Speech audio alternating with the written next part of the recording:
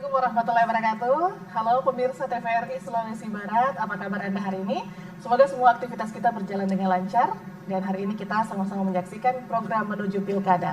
Hari ini kita akan membahas terkait bagaimana strategi pengamanan Pilkada 2024. Karena sekarang ini adalah masa-masa sibuk ya, masa-masa sibuk kampanye untuk sama-sama kita melakukan pemilihan serentak kepala daerah, bupati, wakil bupati, wali kota, dan wakil wali kota, serta gubernur dan wakil gubernur di seluruh Indonesia. Kalau kita di Sulawesi Barat, kita juga akan melaksanakan bersama di tanggal 27 November 2024. Hari ini kita akan bersama-sama membahas tentang strategi pengamanan, karena kalau pengamanan ini tidak lepas dari tiga instansi yang terkait, ada TNI, ada Polri, dan juga ada Kejaksaan yang sudah hadir bersama kita di studio TVRI Sulawesi Barat. Tapi sebelumnya Anda bisa menyaksikan siaran kami di YouTube TVRI Sulawesi Barat. Saya sapa terlebih dahulu narasumber yang sudah hadir di studio. Yang pertama ada Bapak Dedi Ermanto, Kepala Staf Korem 142 Taruada Tarudao.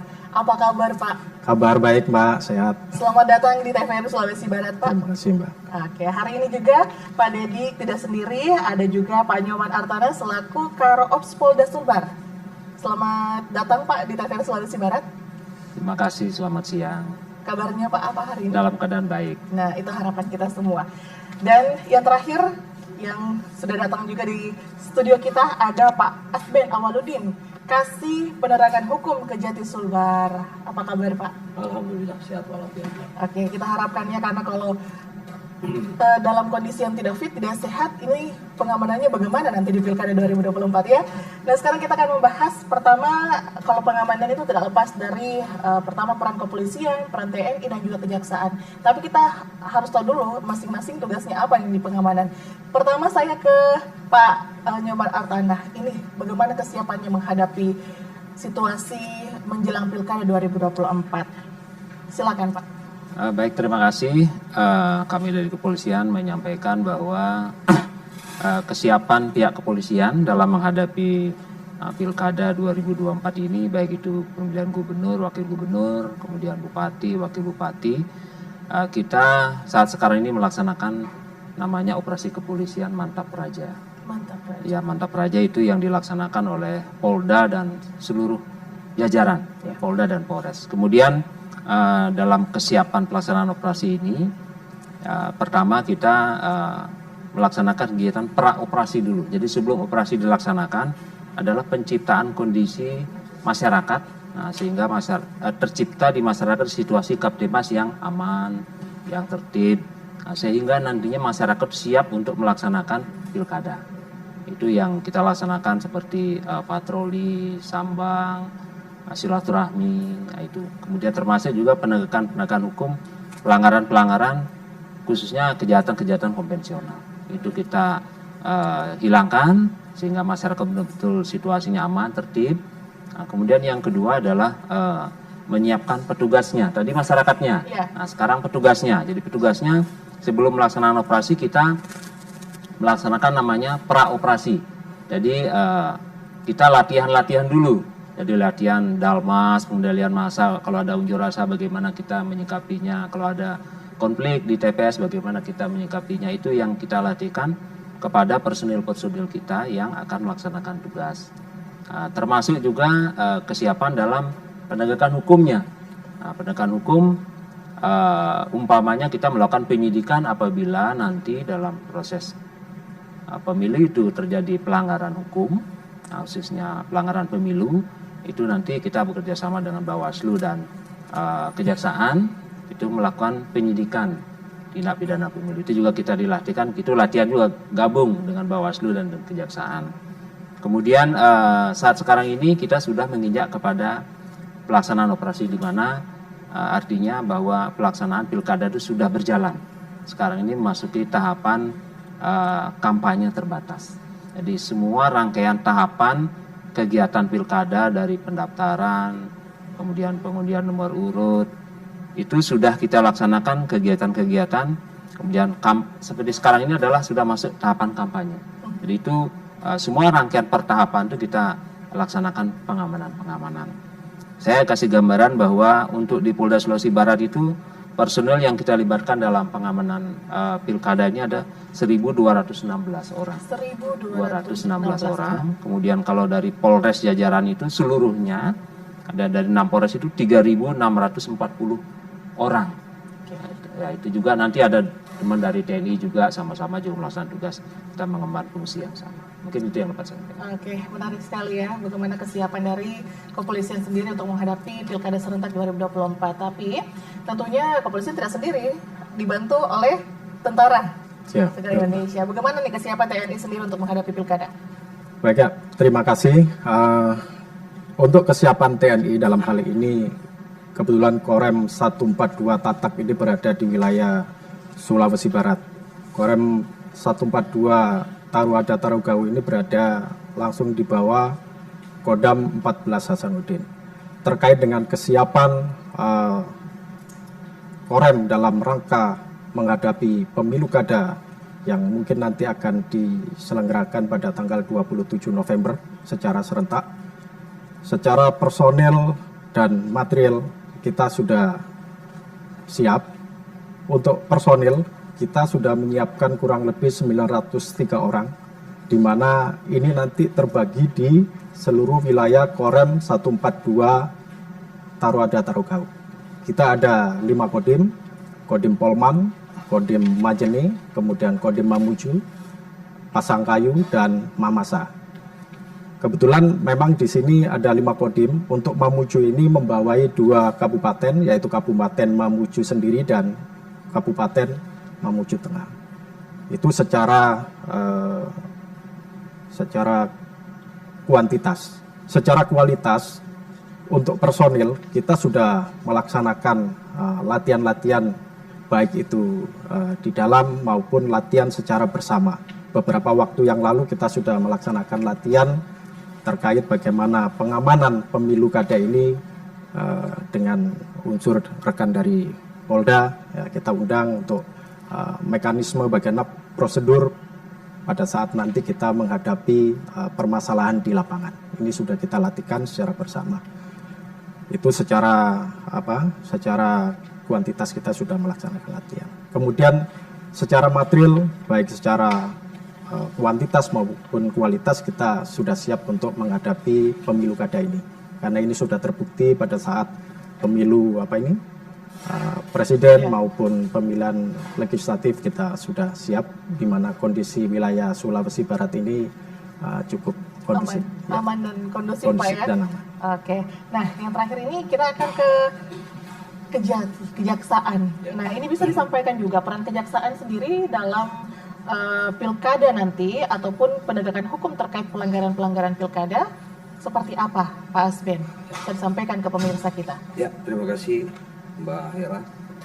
Sesuai petunjuk pimpinan tertinggi kami di Jakarta bahwa ada beberapa peran yang penting di kejaksaan ini dalam penyelenggaraan pilkada serentak tahun 2024 itu. Yang pertama adalah mengenai proses penegakan hukum tentang adanya potensi perbuatan tidak pidana nantinya berjalan saat ini. Kemudian mengenai mengoptimalkan tentang pelaksanaan koordinasi antar sentra Gakumdu satu sama lain yang disampaikan tadi Bapak Nyoman. Di sana ada sentra Gakumdu, di situ ada jaksa, di situ ada polisi, dan di situ ada Bawaslu. Jadi memaksimalkan begitu tugas dan tanggung jawab dia tentang pengawasan tentang proses pilkada 2024 ini. Kemudian adanya pengamanan tentang distribusi logistik yang berada di wilayah masing-masing. Kita juga membentuk di beberapa tempat di sini di semua satker Kejaksaan Tinggi. Kami ada 5 satker di sini. Satuan kerja kami ada Kejaksaan Negeri Pasangkayu, kemudian Kejaksaan Negeri Mamuju, Mamasa, Polowali, dan Majene.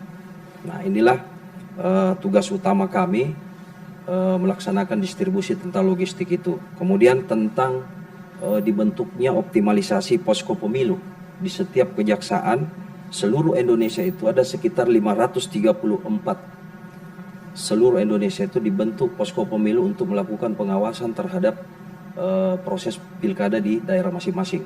Nah, kemudian antisipasi kami ada potensi kerawanan tindak pidana di dalamnya. Kami punya program tersendiri tentang di bagian kami adalah penerangan hukum, di mana kami selalu melakukan penyuluhan kepada masyarakat, kemudian melalui media seperti ini, kemudian dari RRI juga tentang salah satunya ada tema-tema tentang netralitas ASN, tentang netralitas kepala desa, itu yang berpotensi itu melakukan tindak pidana terhadap pilkada ini. Ini mengantisipasi dengan melakukan penyuluhan hukum itu.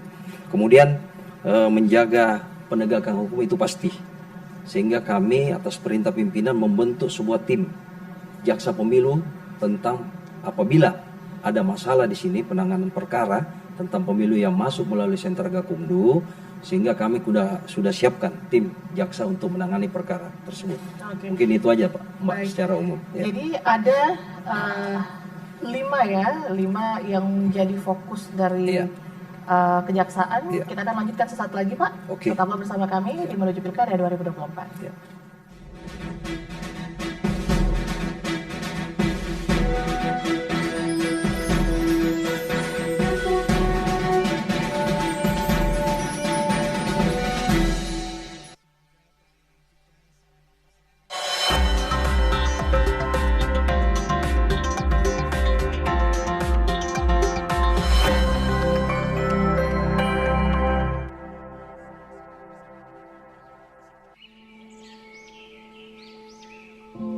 Taman Nasional Tanjung Puting.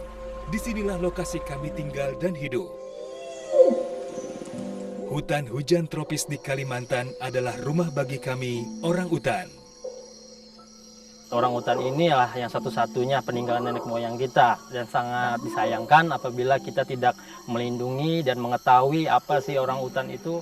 Kita harus melindungi dari kepunahan dan untuk menjaga kelestariannya.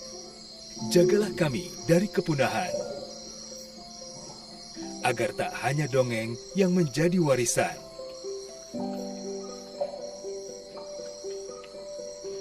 Kami juga memiliki hak hidup yang sama seperti kalian, manusia. Pelihara hutan, selamatkan orang utan dari ancaman kepunahan.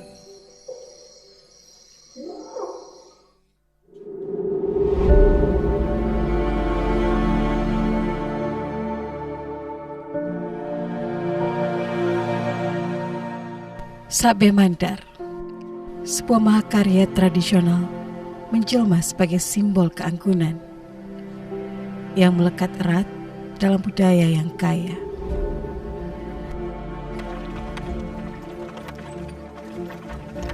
Dalam keindahan warnanya, terpahat sejarah panjang dan kekayaan budaya yang tak ternilai.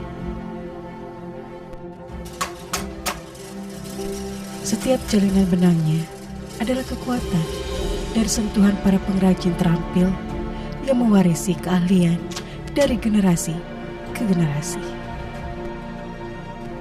Sabbe Mandar bukanlah sekedar kain, melainkan kisah tentang kebesaran dan martabat.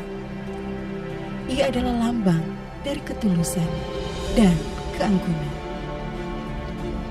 Dengan setiap lipatan dan simfoni, Sarung Sutra Mandar membawa pesan-pesan leluhur, membawa harapan dan impian, mengingatkan kita akan kekuatan dan keindahan dari warisan nenek moyang yang dijaga dengan penuh kehormatan. Sabbe Mandar memberi warna budaya, dan semoga keindahan dan warisannya akan tetap terjaga hingga nanti.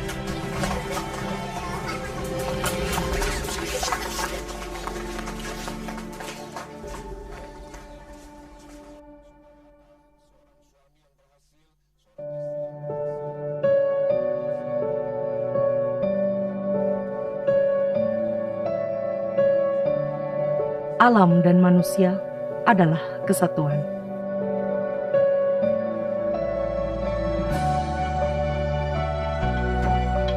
terikat kuat layaknya jalinan benang yang membentuk kayu.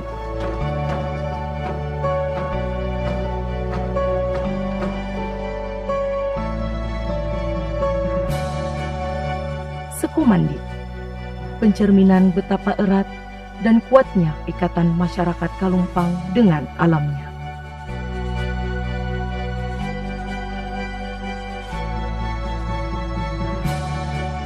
Marilah menjaga warisan leluhur kita sebagai identitas diri.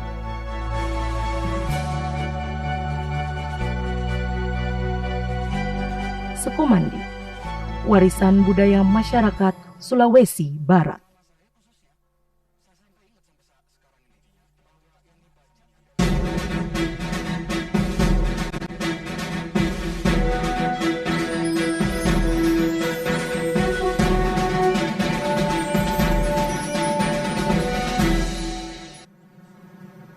Terima kasih Anda masih menyaksikan Menuju Pilkada, masih bersama dengan narasumber kita hari ini membahas tentang bagaimana strategi pengamanan Pilkada 2024. Terakhir tadi kita ke Pak Asben ya.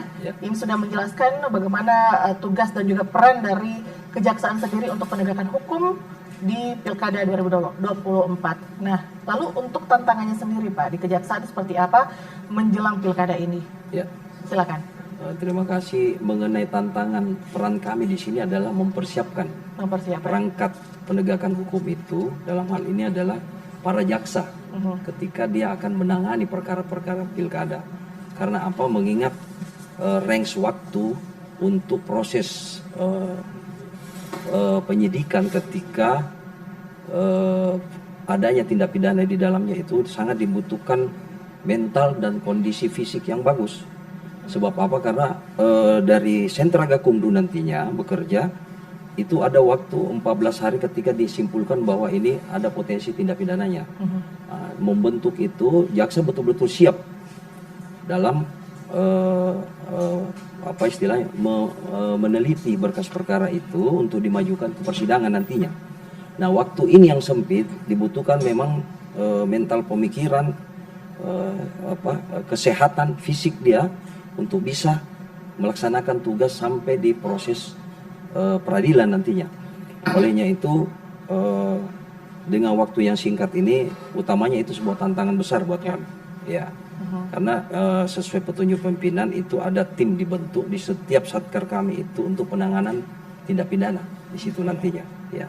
Jadi range waktu yang singkat ini ya kami harus siang malam. Dalam contoh ketika sudah diproses itu ketika istilahnya sudah P21 di Kejaksaan itu dalam waktu singkat dalam 7 hari proses di persidangan itu sampai 7 hari saja untuk dilaksanakan. Nah ini siang dan malam Mbak, untuk menghadirkan saksi itu butuh waktu yang lama, bahkan kita biasa kadang itu kita laksanakan di malam hari. Kalau kita menghadirkan ahli segala macam itu butuh range singkat sekali waktunya itu, sehingga memang dibutuhkan fisik yang kuat untuk itu dalam waktu 1 hari, 7 hari itu kita melaksanakan. Tantangan dari Kejaksaan ya? Nah itulah tantangan kita untuk dari proses penegakan hukum. Ya. Semoga ini bisa tercukupi sampai dengan pesta demokrasi di tingkat daerah ini, Pak. Ya, mudah-mudahan. Mudah-mudahan. Tidak ada masalah-masalah istilahnya tindak pidana yang terlalu signifikan lah di daerah kita ini. Tapi kalau di Sulawesi Barat ini masih dalam kategori aman kah? Kalau kategori aman tidak juga, karena ada beberapa tempat itu sudah diproses di tingkat kepolisian dan dari pihak kami itu sudah menerima beberapa SPDP di wilayah satker kami tentang ada tindak pidana pemilu di dalamnya. Ya. Oke, baik. Kita ke narasumber selanjutnya, ini ada Pak Nyoman Artana. Ini menarik Pak.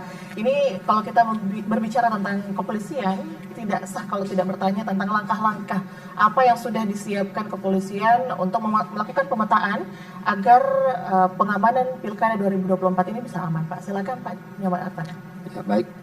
Langkah-langkah yang telah kita lakukan adalah memetakan melalui indeks potensi kerawanan Pilkada sebagai dasar pelaksanaan dengan melakukan pemantauan digital. Ya, pemantauan digital media yang ada, kemudian melaksanakan analisis data yang kita dapat, kita analisa, kemudian termasuk juga laporan dari intelijen kita. Jadi terhadap potensi kerawanan apa yang akan terjadi. Nah, termasuk juga kita melakukan evaluasi terhadap pelaksanaan Pilpres dan Pileg yang kemarin. Ya. Jadi dari evaluasi ini ada beberapa faktor di sini, diantaranya adalah sengketa antar paslon maupun antar pendukung paslon. Ini yang kita jadikan indeks kerawanan. Kemudian sengketa tapal batas antar wilayah yang mempengaruhi jumlah pemilih. Mungkin kita tahu bahwa kemarin terkait dengan tapal batas ini ada di wilayah Pasangkayu. Tapi sudah ada ketetapan bahwa daerah yang menjadi sengketa tersebut sudah masuk wilayah kita di Sulawesi Barat. Nah, kemudian yang lain adalah netralitas penyelenggara pilkada maupun pengawas pilkada. Ini juga menjadi potensi. Kemudian keterlambatan logistik pilkada, tapi ya saat sekarang ini kita syukuri bahwa pilkada logistik pemilu, jadi kita sudah sampai di KPU masing-masing. Jadi sudah ada di kabupaten masing-masing. Kemarin kita sudah melakukan pengamanan, pengawalan dari Jakarta tempat percetakan sampai ke Pasangkayu yang terakhir. Jadi sudah sampai di tempat masing-masing. Kemudian adanya money politik dan black campaign. Kemudian adanya kasus-kasus konvensional yang terjadi. Di kemarin ada perkelahian, ada keributan, itu yang terjadi, salah paham dan sebagainya. Itu juga menjadi potensi kerawanan. Kemudian adanya bencana alam. Kita tahu bahwa daerah kita di Sulawesi Barat ini daerah yang dari segi geografisnya, ya mungkin daerah yang daerah berbukit, gitu ya. Kemudian dengan curah hujan yang cukup tinggi, sehingga ini juga rawan terjadi banjir dan longsor. Nah itu juga menjadi potensi. Kemudian jaringan komunikasi. Jaringan komunikasi, kita menyadari bahwa daerah yang berbukit dan jauh tersebut itu tidak semua berdampak kepada tidak semua wilayah akhirnya tercover sama jaringan komunikasi. Itu pun juga menjadi tantangan kita bahwa TPS itu tidak untuk kemungkinan akan ada di ujung sana, yang mana itu mungkin dibatasi oleh bukit sehingga di daerah tersebut nantinya signalnya tidak ada. Satu kegiatan nanti pada saat selesai pemilihan penghitungan kemudian ada kewajiban untuk melaporkannya dengan aplikasi yang ada dari KPU. Nah, itu juga akan menjadi kendala tentunya, itu yang kita petakan. Kemudian jarak TPS yang jauh, jadi ada yang ditempuh sampai 200 lebih kilometer. Itu ada yang lewat darat dulu, kemudian lewat sungai, lanjut darat lagi, nyebrang bukit dan sebagainya, itu sampai 200 kilo lebih dari kantor Polres. Nah, itu menjadi tantangan buat kita, tapi bagaimanapun semua ini harus kita pecahkan dengan kolaborasi dari semua para penyelenggara, para petugas yang ada di lapangan, sehingga kita harapkan pilkada di wilayah Sulawesi Barat bisa berjalan dengan baik. Oke, ini sudah optimal sekali bagaimana langkah-langkah yang sudah disiapkan kepolisian. Tapi bagaimana kalau dengan TNI? Ini fokus utama agar bisa menjaga stabilitas menjelang pilkada, Pak Dedik, silakan. Baik, terima kasih Mbak. Fokus utama TNI khususnya Korem 142 Taruada Tarugau dalam rangka menghadapi pemilu memang ada terutama dalam rangka menjaga stabilitas keamanan. Fokus utama menjelang pemilu kada itu sendiri, kita meyakinkan bahwasanya seperti saat ini kita sedang tahapan yaitu kampanye ya, yang dimulai dari tanggal 25 sampai dengan nanti tanggal 23. Kita harapkan proses kampanye ini berjalan dengan aman. Kemudian yang kedua, kita khususnya TNI siap untuk membantu terutama dalam rangka nanti mendorong logistik pemilu kada ini sampai ke TPS-TPS sebelum pelaksanaan pencoblosan. Kemudian pada saat pencoblosan nanti pada tanggal 27 November, kita fokus kepada memberikan rasa aman kepada masyarakat agar masyarakat ini dapat menggunakan hak pilihnya tanpa adanya ancaman atau gangguan. Kemudian nanti di pasca pemilu itu sendiri ya kita menjaga stabilitas keamanan supaya suara yang sudah didapat, kemudian jangan adanya konflik yang terjadi yang di wilayah. Jelasnya aman Pak ya? Ya aman Pak. Daerah kita ini aman, tentram, damai setelah Pilkada 2024 ini semua bisa rukun kembali. Ini menjadi harapan kita ya. Saya ke Pak Asben, ini dari tadi kita sudah menyebutkan bahwa banyak sekali yang sudah masuk, bisa dikategorikan Sulawesi Barat ini tidak bisa dikatakan aman, tapi karena ada laporan yang masuk, ini juga menjadi perhatian dari Kejaksaan sendiri. Apa jenis sanksi yang akan diberikan, Pak, kalau ditemukan ada pelanggaran? Ya, jadi berdasarkan Undang-Undang Nomor 7 2017 tentang pemilihan umum itu banyak kualifikasi delik di dalamnya ya, tindak pidana. Ya macam-macam. Jadi ada hukuman itu 1 tahun sampai 6 tahun ada sanksi administratif juga di dalamnya. Nah, itu ada kaitannya juga dengan ASN, ada kaitannya money politik. Nah, ini tergantung nanti bagaimana penelitian di bawah Sentra Gakumdu nanti ketika ada temuan di lapangan. Bawaslu ya. Yang tercatat di kami itu adalah ada beberapa tempat mengenai adanya keterlibatan ASN dalam hasil ini kepala desa. Nah, itu terjadi juga di situ dan sekarang diproses. Nah, mudah-mudahan nanti berjalan di Kamis karena waktu singkat ini untuk pemberkasannya tuh singkat sekali, Mbak. 14 hari itu pemberkasan perkara ketika dibuat itu dalam waktu 14 hari diteliti, kemudian ketika dianggap itu lengkap, nah, selanjutnya tahapannya masuk di Kejaksaan. Nah, dalam waktu 3 hari hak jaksa itu melimpah proses perkara itu ke pengadilan dalam waktu 3 hari dan diproses persidangannya selama 7 hari. Nah, ini butuh memang kecepatan dalam proses persidangan ini. Bahkan ketika diputus itu waktu jaksa itu sempit sekali untuk itu 3 hari aja berpikir apakah dia mau banding atau proses hukum atau tidak. Nah, olehnya itu antisipasi inilah yang dilakukan institusi kami Kejaksaan di setiap satker kami itu kita siapkan dengan jaksa untuk penanganan perkara pilkada itu. Ya, jadi variasi hukuman itu masalahnya tebal banget itu. Undang-undang pemilu itu tebal. Isinya ketentuan pidananya juga banyak. Jadi kami harus membuka analisanya juga penting di situ. Apa-apa yang terkait dengan perbuatan yang dilakukan yang bersangkutan calon tersangka ini tentang karena tidak mudah, Pak ya. Tidak mudah. Ya, menentukan. Saya ke Pak Nyoman Artana, ini menarik ya. Ternyata Sentra Gakumdu ini sangat sibuk akhir-akhir ini. Bisa disampaikan bagaimana koordinasi dalam Sentra Gakumdu sendiri, Pak, menjelang Pilkada 2024?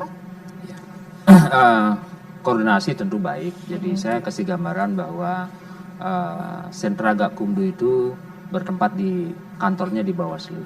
Jadi apabila ada pengaduan dari masyarakat terkait dengan adanya dugaan pelanggaran pemilu, jadi dari itu ada namanya prosesnya itu ada tahap penerimaan laporan, kemudian ada tahap 1, tahap 2, tahap 3. Semua tahapan ini dari penerimaan laporan sampai dengan terakhir itu kita bersinergi. Jadi antara kepolisian, antara Bawaslu, kepolisian, kejaksaan. Jadi kita semua sudah mendiskusikan di situ terhadap pengaduan yang ada ini, apakah ini masuk pelanggaran apa nih, administrasi kah umpamanya, ataukah ini bukan pelanggaran, ada pelanggaran atau ada pidananya di situ pelanggaran pemilunya. Nah, itu apakah ini memenuhi syarat untuk dilaporkan apa tidak.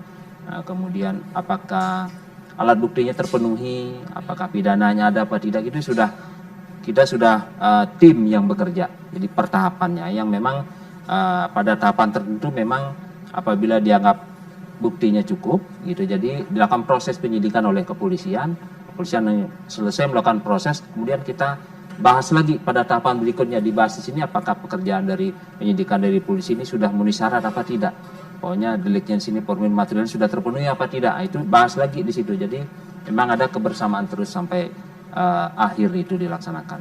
Kemudian sebagai informasi bahwa untuk di tingkat Polda, di tingkat provinsi ya mohon maaf, tingkat provinsi itu sudah ada saat sekarang ini ada 12 aduan yang kita terima. 12? Ya 12 aduan yang ini terima. Sedikit atau banyak ini, Pak? Untuk wilayah kita termasuk sedikit lah. Kita mungkin jangan mau banyak-banyak karena banyak capek kita. Artinya begini, kalau sedikit di sini ya beban kita tidak terlalu banyak, tapi di satu sisi kita melihat bahwa pelaksanaan pilkada yang ada di wilayah kita artinya sudah sesuai dengan norma-norma yang ada. Ini terbukti dengan tidak terlalu banyaknya adanya pelanggaran yang diadukan oleh masyarakat kepada para petugas yang ada di Gakumdu. Oke, kita tahan Pak di situ. Saya ke Pak Dede Irmanto. Ini adakah semacam pelatihan khusus yang disiapkan untuk pengamanan menuju Pilkada serentak nanti di tanggal 27 November 2024? Baik, terima kasih Mbak. Untuk kesiapan latihan secara terpadu kita sudah laksanakan. Beberapa di awal tadi sudah kami sampaikan bahwasanya kita sedang melaksanakan latihan dalam satuan dalam rangka pengamanan. Kemudian kita juga mengundang, karena kita tidak bisa berdiri sendiri karena posisi atau kedudukan TNI ini dalam prosedur pengamanan memang kita berada di belakang pihak kepolisian. Sehingga nanti dalam proses prosedur latihan ini kita juga melibatkan rekan-rekan dari Polda. Beberapa waktu yang lalu kita undang rekan dari Polda, kita laksanakan latihan di dalam, kemudian pihak Polda sendiri juga pada saat apel gelar kesiapan Pilkada juga mengundang kami berada di posisi belakang daripada pihak kepolisian yang waktu itu dilaksanakan di dekat Hotel Malio. Oke, berarti kolaborasi tetap terjaga supaya menghasilkan pilkada yang aman dan damai setelah 27 November 2024. Pemirsa, kita akan lanjutkan kebersamaan kita bersama dengan ketiga narasumber. Tetaplah bersama kami di Menuju Pilkada 2024.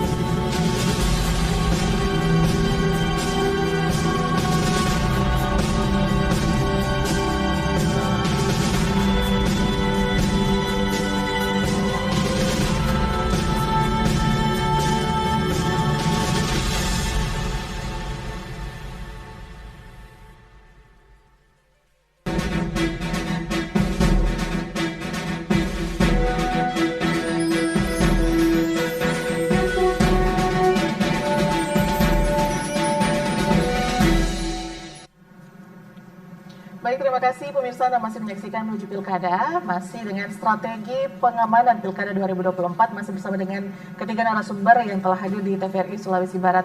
Dan selanjutnya saya ke Pak Dede Irmanto. Ini menarik juga pertanyaannya, bagaimana TNI menjaga ataupun memastikan netralitas selama masa Pilkada, karena masyarakat ini tentunya sangat mempercayai institusi pertahanan negara ini. Silakan Pak Dede. Baik Mbak, terima kasih. Memang untuk TNI dituntut untuk netral dan tidak terlibat dengan politik praktis. Sehingga pimpinan TNI dalam hal ini sudah mengeluarkan instruksi Panglima TNI nomor instruksi 1 angka Romawi 8 2023 tentang pedoman netralitas tentang Tentara Nasional Indonesia dalam pemilu kada. Di situ dijelaskan hal-hal yang boleh dan tidak boleh dilakukan oleh TNI serta ancaman apabila melakukan pelanggaran terhadap netralitas TNI. Di situ ada pelanggaran yang ancamannya ada pidana, ada disiplin, dan administrasi. Administrasi contohnya pencabutan jabatan atau penundaan sekolah atau pangkat.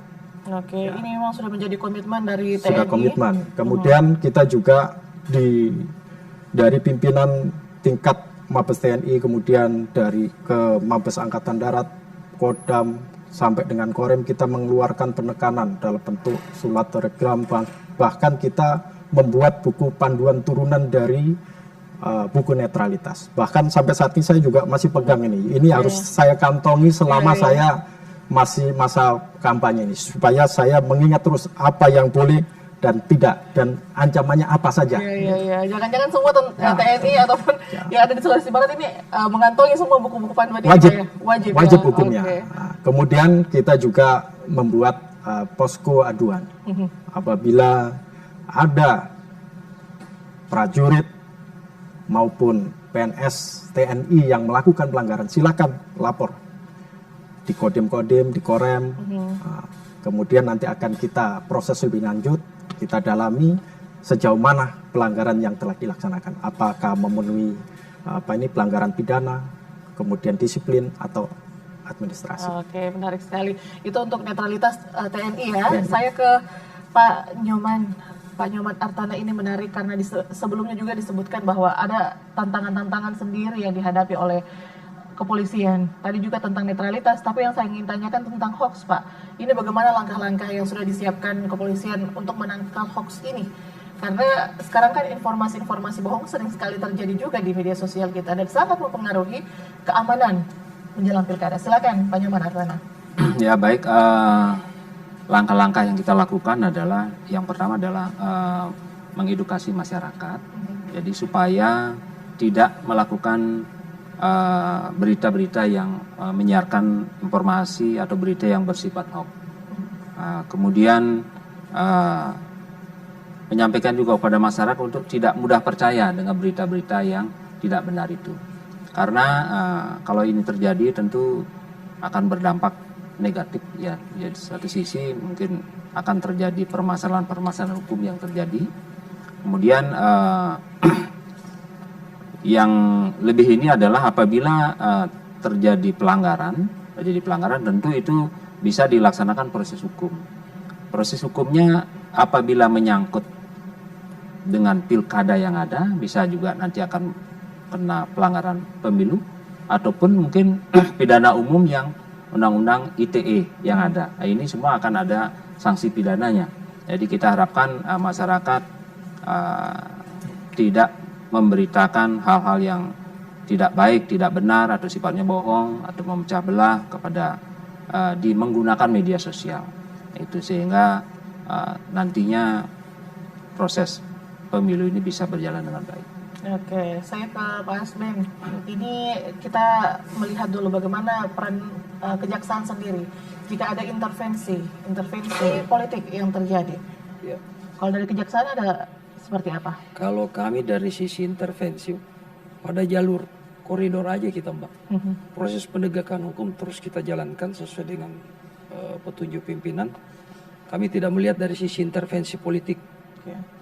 Yang kami laksanakan adalah proses penegakan hukum, dan kami tidak terpengaruh tentang intervensi itu. Ya, itu yang pertama. Yang kedua, apa yang disampaikan Bapak Nyoman tentang edukasi itu kami selalu lakukan untuk itu, supaya memberikan manfaat pada masyarakat tentang netralitas kita dalam pilkada serentak ini. Utamanya ASN, kami juga punya posko untuk itu. Kami juga melakukan kegiatan penyuluhan tentang hal-hal itu ya, terutama netralitas kita selaku ASN ya, khususnya pada Kejaksaan Tinggi Sulawesi Barat dan beserta satker yang ada. Itu kami selalu mengingatkan itu. Nah, itu bagian dari edukasi, itu penting sekali untuk pilkada yang damai dan aman. Nah, seperti itu, Mbak. Nah, kalau mengenai manipulasi itu kami ada posko pemilu di situ, mengawasi tentang dalam waktu berjalan tentang perhitungan, kemudian tentang pengawasan terhadap perhitungan suara. Kami juga punya tim di intelijen itu turun ke bawah untuk mengawasi semua tentang perhitungan suara, karena potensi manipulasi itu selalu ada. Tapi kami sudah siapkan semua potensi kerawanan ini dengan membuat tim tentang hal-hal itu. Ya. Oke, dan tim ini semua disebar di semua satker atau? Iya ada. Jadi yang membackup kami di satker itu ada juga bagian seksi intelijen juga di sana. Kami juga di Kejaksaan Tinggi ada juga tim itu. Iya. Lalu saya ke Pak Jomar Artana, ini netralitas ASN ini sering sekali menjadi pertanyaan juga karena banyak sekali laporan yang masuk. Bagaimana dari kepolisian melihat fenomena yang ada? Silakan. Yang pertama dulu netralitas kita anggota Polri lah, mungkin saya bicara. Kalau anggota Polri mungkin sama kita dengan TNI, mungkin dengan dari kejaksaan ataupun ASN yang lainnya, tentu dalam hal ini kita menjaga netralitas itu yang sudah menjadi prioritas itu. Kemudian apabila ada pelanggaran terkait dengan netralitas, apakah dari manapun itu, saya kira sudah ada wadahnya. Nanti apabila ada yang tahu tentang itu sudah ada di Gakumdu kita. Di Gakumdu kita nanti bisa di pengaduan ke sana untuk dilaksanakan proses apakah memenuhi syarat atau itu melakukan suatu pelanggaran atau tidak. Oke. Selain netralitas ada juga money politik. Ini sering sekali terjadi. Kalau di Sulawesi Barat juga ini sering juga ditemukan yang terjadi. Kalau dari penegakan hukum yang didapatkan oleh kepolisian bagaimana? Yang pertama mungkin kita supaya tidak terjadi kita melakukan upaya-upaya dulu ya. Mungkin apakah itu edukasi ataukah kegiatan-kegiatan yang nyata yang lainnya adalah kita melaksanakan patroli-patroli. Nah, pada saat kegiatan nanti dilaksanakan pemilihan, itu akan dilaksanakan patroli-patroli di daerah-daerah yang berpotensi terjadi hal-hal seperti itu. Mungkin dari Polri melaksanakan, dari TNI saya kira sama juga akan melaksanakan patroli di mana daerah-daerah yang menjadi potensi terjadinya pelanggaran pemilu itu. Nah, kemudian dengan mudah-mudahan dengan patroli itu tidak terjadi. Tapi apabila terjadi, sudah ada wadahnya juga. Nanti masyarakat bisa melaporkan di Gakumdu. Karena itu tidak bisa langsung apabila berkaitan dengan semua pelanggaran tentang pemilu, tidak bisa langsung masyarakat itu lapor ke polisi, tidak bisa. Jadi dia harus lapor ke wadah yang sudah disiapkan. Jadi di Gakumdu. Jadi disitulah nanti yang semua pelanggaran atau pengaduan terkait dengan pemilu akan dilaksanakan pengaduan di situ dengan proses hukum di tim yang sudah disiapkan. Tapi manakala itu di luar pemilu, itu baru dilaksanakan proses hukum pidana di kepolisian. Oke, tentang pengaduan ya tadi juga sempat disinggung oleh Pak Dedi, kalau ada ingin ditanyakan bisa langsung melaporkan ke tentara kita, baik itu di Korem maupun di Kodim posko-posko yang sudah disiapkan. Tapi kalau untuk saat ini sudah ada laporan yang masuk Pak atau seperti itu? Untuk TNI wilayah Korem 142 sampai dengan saat ini masih belum ada, Mbak. Masih belum ada. Kita berharap tidak ada. Tapi kalau ada silakan masyarakat mengetahui, lapor kepada sesuai dengan wadahnya. Ada semacam program khusus yang disiapkan untuk terjadinya konflik-konflik Pak dari TNI sendiri atau tetap menjadi memperkuat kepolisian saja? Jadi kita dalam pengamanan pilkada ini kita membackup pihak Polri. Ini sesuai dengan perundangan undang-undang dan aturan turunan dari aturan itu. Kita membackup polisi. TNI sendiri, terutama Korem dalam hal ini kita memiliki posko. Posko ini fungsinya untuk memantau jalannya proses pilkada itu sendiri. Terutama kita melihat potensi konflik yang ada di wilayah Sulawesi Barat. Tadi disampaikan banyak potensi konfliknya kan, politik segala macam itu. Sehingga kita bisa memetakan daerah mana yang perlu konsentrasi. Kita pun tidak berdiri sendiri, kita ada forum Kominda juga dari situ. Kita bisa berkoordinasi mana atau tindakan apa yang harus kita lakukan untuk meminimalisir terjadinya konflik itu sendiri. Meminimalisir konflik ya. Dan kita akan lanjutkan sesaat lagi Pak ya. Kita tahan dulu dan pemirsa kita akan kembali sesaat lagi, tetaplah bersama kami di Menuju Pilkada 2024.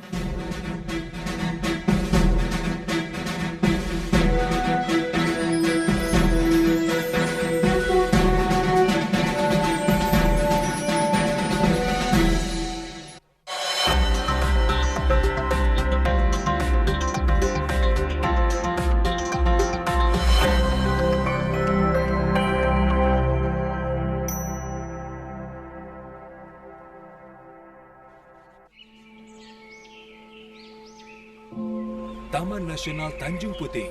Disinilah lokasi kami tinggal dan hidup.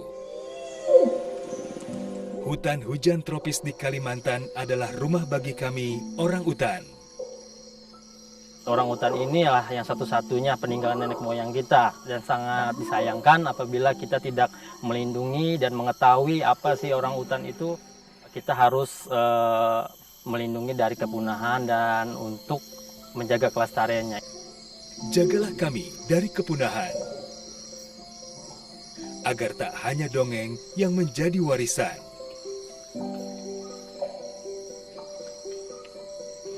Kami juga memiliki hak hidup yang sama, seperti kalian, manusia. Pelihara hutan, selamatkan orang utan dari ancaman kepunahan.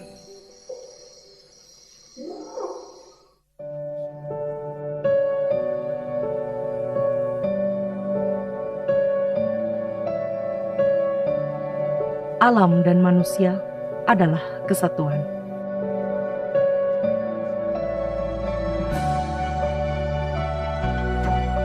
Terikat kuat layaknya jalinan benang yang membentuk kayu.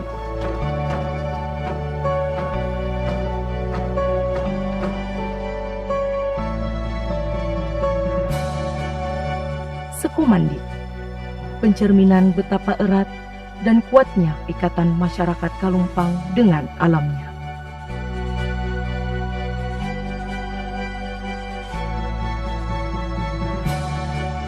Marilah menjaga warisan leluhur kita sebagai identitas diri.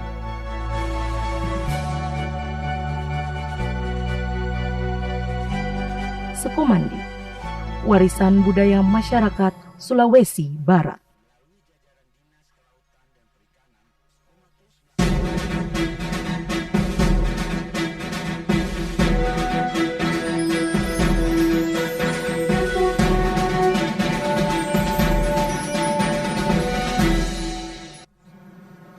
Baik, terima kasih pemirsa masih menyaksikan menuju Pilkada 2024. Tadi juga kita sudah berbincang cukup panjang bersama dengan ketiga narasumber terkait bagaimana pengamanan di Pilkada 2024. Selanjutnya saya akan bertanya tentang edukasi, karena masyarakat kita ini perlu tentang edukasi politik, edukasi tentang hak-hak dan kewajiban mereka. Dan saya ke Pak Asben, mungkin bisa disampaikan kepada masyarakat kita bagaimana Kejaksaan Tinggi ini berperan dalam memberikan edukasi kepada masyarakat tentang hak-hak dan kewajiban mereka selama menuju Pilkada ini 2024. Silakan. Yang pertama sesuai yang saya sampaikan tadi bahwa di institusi kami itu setiap se-Indonesia telah terbentuk posko pemilu. 534 posko se-Indonesia kami sudah bentuk semua, termasuk di Kejaksaan Tinggi Sulawesi Barat. Gunanya untuk apa? Ini ada komunikasi edukasi hukum di dalamnya. Apa hak dan kewajiban ketika masyarakat menginginkan tentang pengetahuan tentang pilkada, bisa langsung ke kantor kami. Karena ada posko yang kita, pelayanan hukum itu ada di kantor kami. Itu yang pertama. Yang kedua mengenai pelayanan penerangan hukum. Kami selalu melakukan penyuluhan hukum juga kepada masyarakat pada tingkat kecamatan maupun desa. Tentang salah satunya untuk kondisi damai dan aman itu adalah menghindari adanya potensi tindak pidana di dalamnya. Sehingga kami selalu melakukan edukasi melalui penyuluhan hukum di masyarakat. Nah, baru-baru ini setiap program kami ini kita gencar melakukan setiap bulannya itu setiap 2 kali kita menghadirkan beberapa orang di setiap sektor di kecamatan untuk menghadirkan kepala desa sebuah ini tentang bagaimana memberikan edukasi terhadap tentang masalah pemilihan pilkada ini di dalamnya. Jadi kita biasa interaktif, kadang juga kita laksanakan apa yang dia bisa tanyakan tentang itu. Jadi itulah yang kita usahakan dari sisi edukasi hukum terhadap masyarakat dengan cara intensitas program itu kita laksanakan terus supaya menghindari dari perbuatan pidana di dalamnya, sehingga tercipta suatu kondisi pemilu yang damai dan aman. Berarti Kejaksaan memberikan edukasi di semua lapisan-lapisan masyarakat. Iya. Semua kelompok-kelompok ya. Iya. Oke, saya ke Pak Nyoman Artada. Ini menarik juga ketika prosesi pemilihan itu berlangsung di TPS ini. Bisa mungkin disampaikan kepada pemirsa bagaimana pengamanan yang disiapkan oleh kepolisian di TPS. Silakan. Ya, baik. Rencana pengamanan yang ada di TPS yang ada di wilayah Sulawesi Barat itu kita membuat namanya pola pengamanan. Jadi sudah ada standarnya, umpamanya kita mengklasifikasikan suatu TPS itu apakah dia masuk kurang rawan, ataukah dia termasuk yang rawan, atau dia sangat rawan. Ini berdasarkan kepada analisa data tadi yang sebelum saya sampaikan bahwa berdasarkan evaluasi pokoknya pemilu yang kemarin, bagaimana peristiwa yang terjadi di tempat tersebut. Berdasarkan data-data itu, sehingga nanti kita menentukan, itu dari KPU yang menentukan. KPU menentukan bahwa TPS ini termasuk TPS yang kurang rawan atau sangat rawan. Saya ngambil contoh umpamanya kalau yang kurang rawan. Yang kurang rawan di sini TPS yang lokasi keberadaannya tidak ada potensi konflik sama sekali. Kemudian kurang rawan dan mudah ditempuh oleh petugas PAM TPS itu. Nah, kemudian kalau yang sangat rawan di sini adalah TPS yang keberadaannya secara geografis sangat sulit ditempuh dan terpisah jauh dari kelompok TPS lainnya. Nah, kemudian memiliki sejarah konflik yang menimbulkan korban dan kerugian harta benda, aksi protes dari masyarakat itu. Kemudian berdasarkan data itu, jadi kita menentukan berdasarkan pola pengamanan tadi. Contohnya adalah yang kurang rawan. Di sini pola pengamanan di TPS itu adalah 2 Polri, kemudian 4 TPS dan 8 Linmas. Ini sudah ada polanya seperti ini. Kemudian atau 2 Polri, 8 TPS, 16 Linmas. Nah itu. Kemudian itu untuk yang kurang rawan. Kemudian yang rawan itu 2 Polri, 2 TPS, 4 Linmas. Ini yang rawan. Jadi yang rawan ini artinya setiap TPS ada polisinya. Tapi kalau yang kurang rawan, jadi belum tentu di TPS itu ada polisi, tapi dia 2 TPS 1 polisi, seperti itu. Nah, kemudian kalau yang TPS yang sangat rawan, 1 TPS itu 2 polisi. Nah, 2 polisi, 2 Linmas. Nah, seperti itu. Jadi ini untuk menjaga bahwa betul-betul nanti pelaksanaan dalam pemilihan itu berjalan dengan baik. Kemudian sebelum dilaksanakan sebagaimana pemilu yang terdahulu, jadi kita melaksanakan latihan gabungan dulu. Jadi latihan gabungan bagaimana melaksanakan pengamanan di TPS itu yang baik, contoh seperti ini. Jadi kita melibatkan di situ polisinya, melibatkan linmasnya, kemudian para petugas di TPS tersebut. Ini kita latihan simulasi itu dan sudah kita praktekkan juga kemarin waktu simulasi PAM Kota, Sispam Kota sudah kita laksanakan di depan Malio. Di situ dari situasi aman sampai terjadi keributan, terjadi pengendalian massa, termasuk juga kita mendapatkan teman-teman dari TNI di situ. Bagaimana apabila terjadi nanti situasi yang ribut gitu ya, jadi yang berdampak pada konflik yang besar, bagaimana kita menyikapinya itu. Kemudian hal-hal lainnya juga tentu pada saat itu akan dilaksanakan patroli-patroli dalam skala besar. Jadi selain dilaksanakan pengamanan di TPS, jadi kita dari Polres atau dari Polda nanti termasuk di backup dari Brimob juga nanti di daerah-daerah yang berpotensi terjadinya konflik, kita laksanakan patroli. Jadi selain petugas yang ada di situ, ada patroli yang berjalan juga. Jadi ini dengan adanya patroli ini diharapkan masyarakat tidak terjadi permasalahan di tempat tersebut. Kalaupun terjadi potensi, yang melihat ada petugas yang lewat, mudah-mudahan niat jahatnya itu tidak jadi gitu loh, sehingga tidak muncul konflik tersebut, sehingga nantinya proses itu bisa berjalan dengan baik. Oke, sudah diklasifikasikan semuanya sudah. Kita ke Pak Didik, ini juga menarik karena sebelumnya juga disampaikan oleh dari kepolisian bahwa bukan hanya konflik-konflik yang menjadi fokus, kita ada di daerah yang pernah terjadi bencana gitu ya. Ini juga akan sangat menjadi tantangan dan persiapan juga. Kalau dari TNI sendiri terjadi konflik ataupun bencana alam, Pak, bagaimana pengamanan untuk logistik tentang ketersediaan ataupun keterlibatan dari tentara sendiri seperti apa? Baik, terima kasih Mbak.